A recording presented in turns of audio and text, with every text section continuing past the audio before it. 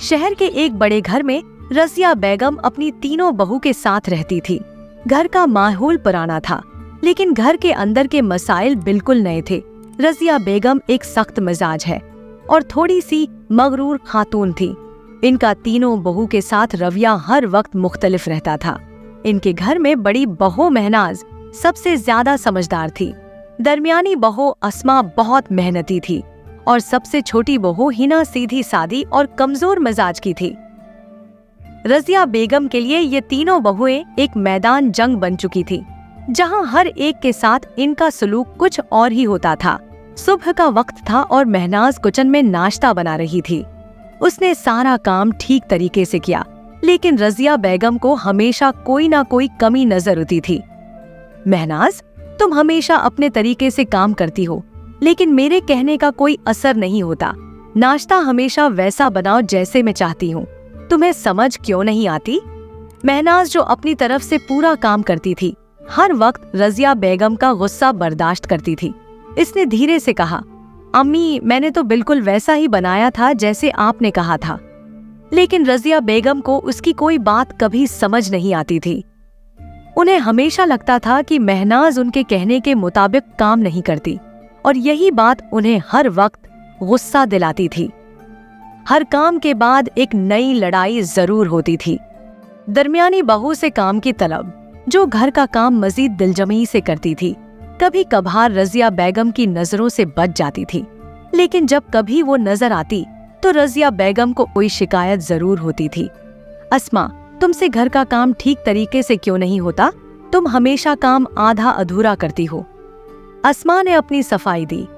अम्मी, मैंने तो सारा काम वक्त पर खत्म कर दिया था। मगर रजिया बेगम के लिए ये सब महज एक बहाना था। उन्हें लगता था कि अस्मा को काम में ज्यादा मेहनत और लगन दिखानी चाहिए थी, और यही वजह थी कि उनके बीच अक्सर बदगुमानी हो जाती थी।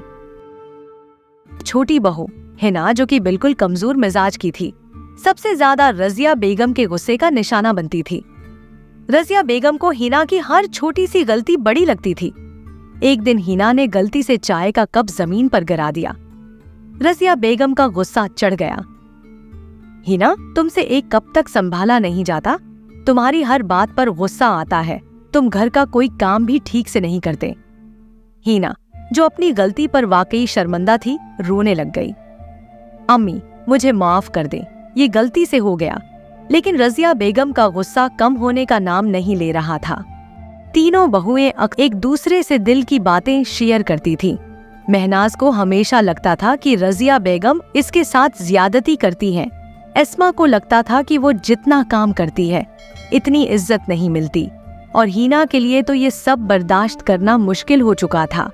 एक दिन तीनों ने एक साथ बैठकर फैसला किया कि वो अपने अपने तरीकों से हालात को बेहतर बनाने की कोशिश करेंगी। लेकिन सबको ये समझ आ गया था कि रजिया बेगम का रवैया तब्दील करना आसान नहीं था। इस पूरी सूरत हाल में रजिया बेगम का एक बेटा इरफान बिल्कुल सीधा और सादा मिजाज का था। उसने अपनी माँ के रवैये को कभी समझने की कोशिश नहीं की। उसका बस यही मानना था कि माँ जो करती है ठीक करती है, और तीनों बहुएं अपनी जगह गलत हैं। इरफान बोलता है, अम्मी का रवैया ठीक है, तुम लोग ही ज्यादा सोचती हो, हर छोटी बात को बड़ा मसला मत बनाओ। लेकिन ये बात तीनों बहुएं के लिए बर्दाश्त करना मुश्किल हो रहा था। उन्हें महसूस हुआ कि उनके शौहर को माँ के रवैये का असल असर समझ ही नहीं आता। आखिरकार एक दिन महनाज, अस्मा और हिना ने फैसला किया कि वो अपनी बात खुद रजिया बेगम के सामने रखेंगी। वो अपनी सास के साथ एक संजीदा बात करना चाहती थी, ताकि अपने रिश्ते को बेहतर बनाया जा सके। तीनों ने रजिया बेगम के पास जाकर कहा, महनाज बोलती है, अम्मी, हम सब आपसे एक बात कहना चाहते हैं। हम अपने रिश्ते को मजीद बेहतर बनाना चाहते हैं, और हमें समझाने का तरीका थोड़ा बदल दे। रजिया बेगम ने कुछ देर सोचा और फिर उनकी आंखों में नमी आ गई। उन्होंने सोचा कि शायद वो अपनी बहूओं से गलत रवैया अख्तियार कर चुकी हैं। मुझे माफ करना, शायद मैं तुम सबको ठीक से समझ नहीं पाई। मैं अपनी आदत में थोड़ी सख्त हो गई थी। ये बात सुनकर तीनों बहुएं के दिल में एक एहसास राहत पैदा हुआ। उन्होंने महसूस किया कि रिश्ते को समझदारी से हल किया जा सकता है। और जब तक दोनों तरफ से इज्जत और समझ होगी तब तक हर मसला हल हो सकता है। Thanks for watching. ऐसी अच्छी अच्छी कहानियाँ देखने के लिए हमारे चैनल को सब्सक्राइब करें।